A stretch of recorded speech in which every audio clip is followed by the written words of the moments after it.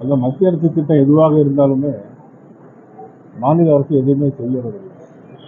வீடு கொடுக்கிற திட்டமாக இருந்தாலும் சரி, எந்த திட்டமாக இருந்தாலும் சரி, மாநில அரசு அது மத்திய திட்டத்தை முழுவதும் மறைத்து விட்டு மக்களுக்கு எந்த காரியங்களும் செய்யாத ஒரு அரசாக தான் இன்னைக்கு முதலமைச்சருடைய அரசு.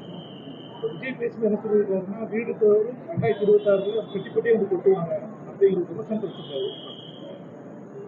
உண்மைதான். இன்னைக்கு ஆளுங்கட்சியில் பார்த்தீங்கன்னா நிதிஷ் 300 கோடி ரூபாய்க்கு வீடு கட்டிட்டு இருக்காரு சொல்றாங்க. ஆகாஷ் அவர் 500 கோடி ரூபாய்க்கு வீடு கட்டிட்டு இருக்காரு சொல்றாங்க. அது 500 கோடி ரூபாய் வீடு கட்டுறாங்க, நிலத்துல பப்புக்கு போயாச்சுனாச்சு 30 லட்சம் ரூபாய்க்கு லூயிவிட்டான் பேக் வாங்கி கொடுக்குறாங்க நடிகர்களுக்கு அப்படின்னு சொல்றாங்க.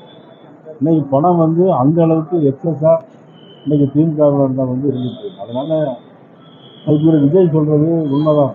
வெற்றி பெற்றியா பணம் கொடுப்பாங்க, ஆனால் நாட்டில் நல்லாட்சி வேணுங்கிறதுனால மக்களை இதெல்லாம் சீர்தூக்கி பார்த்து வரக்கூடிய தேர்தலில் யாருக்கு வாக்களித்தால் நல்லா இருக்குன்னு பார்த்து தேசிய ஜனநாயக கூட்டணிக்கு வாக்களிக்க வேண்டும் என கேட்கிறேன்.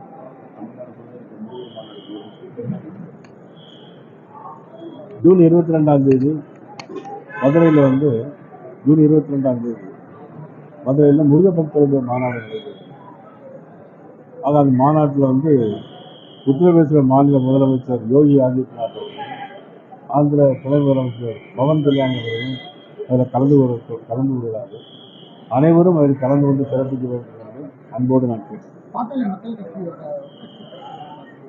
இல்லை, அது அவருடைய உள்கட்சி பிரச்சனை, அதை பற்றி நம்ம கருத்து சொல்ல முடியாது.